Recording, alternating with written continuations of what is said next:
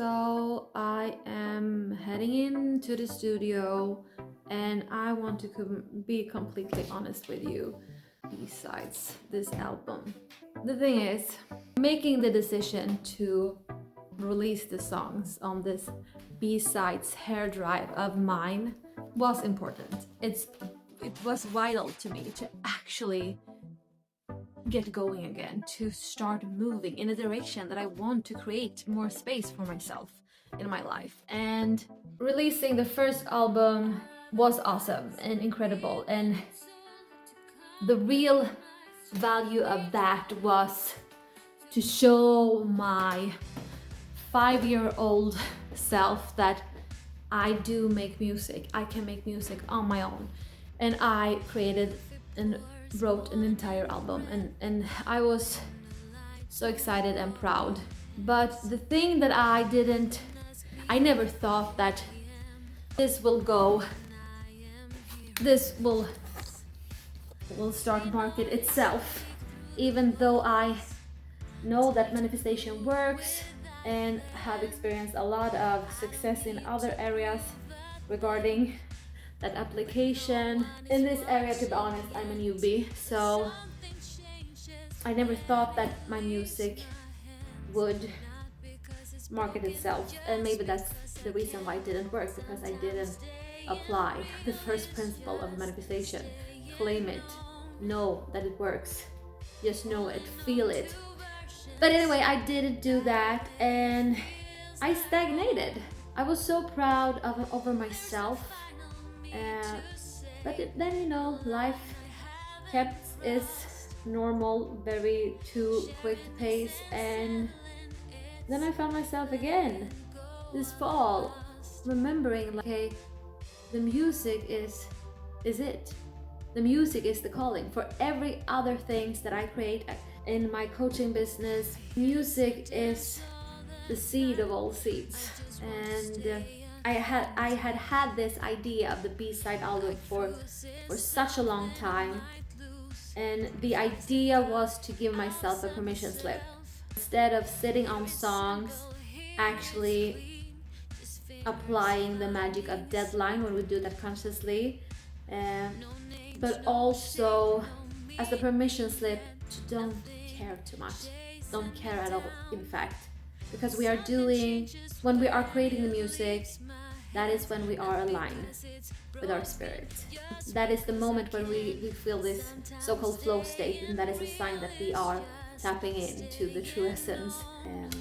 And releasing it is more like a third dimensional, not escape, but a third dimensional way to try to manifest it into something valuable for ourselves as well as others. And releasing the music is about 3 things, I would say.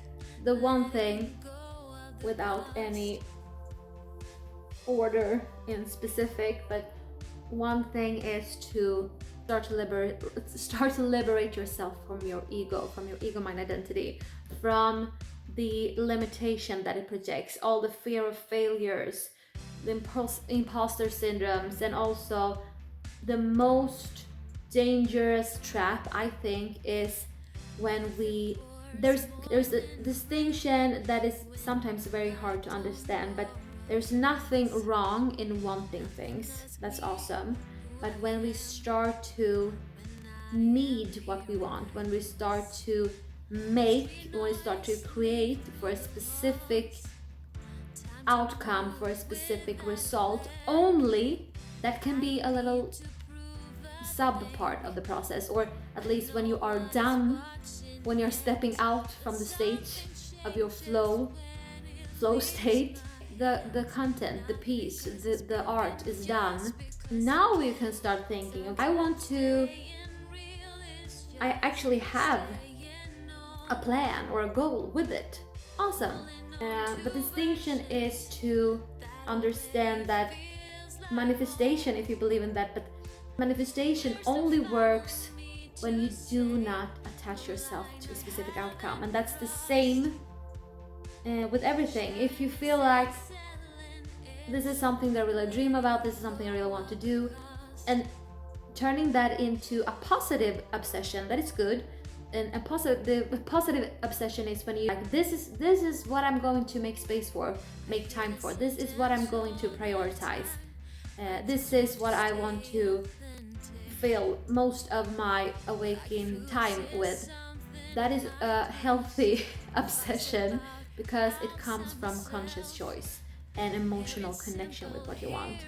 But when you start to obsess over a specific outcome in order for you to feel happy now, then your ego is at play. So releasing your music is one incredible power way to don't give up about what the ego says, because it will always project limitations of you are not good enough, you could do this better, so on and so on and so on. And first of all, the only thing to get better is to get in the reps, the volume. Without allowing yourself to suck, you will not grow. But also, your music was created from a space of you making content valuable in your life, meaning that you did something that makes your life worthy, incredible, a life you want to live. And I also want to say this. When the second or the other point in releasing your music is to not be selfish. That's right, because keeping it to yourself is actually being selfish, because when you are created from a place of joy, love for what you do, that is when it has the highest vibrational energy put into it. And even if you are creating a sad song, it comes from a place of emotional connection. Or maybe you feel joy while creating that sad song because you recognize how far you have come, and that song can actually resonate with somebody else who needs to hear that beat, that melody, that lyric. But the point is here that releasing is a way to providing value. Release everything that is good about you, what you like about you, what you feel good about when it comes to you and what you create, and release it.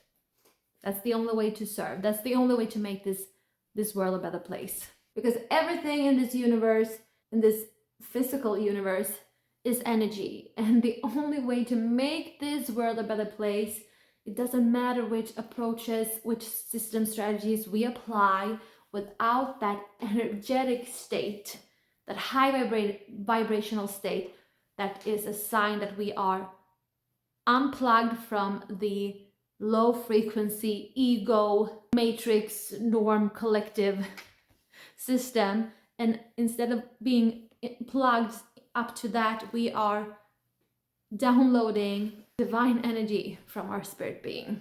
And the third thing why releasing your music is of value, it's because you are allowing your music to serve while honoring your own work, your own work, and allow the music to serve, but you allow the music to start to work for you, start to attract the right audience, the right fans. Go and release your music. And I am heading into the studio and we're going to finish the song on B-side.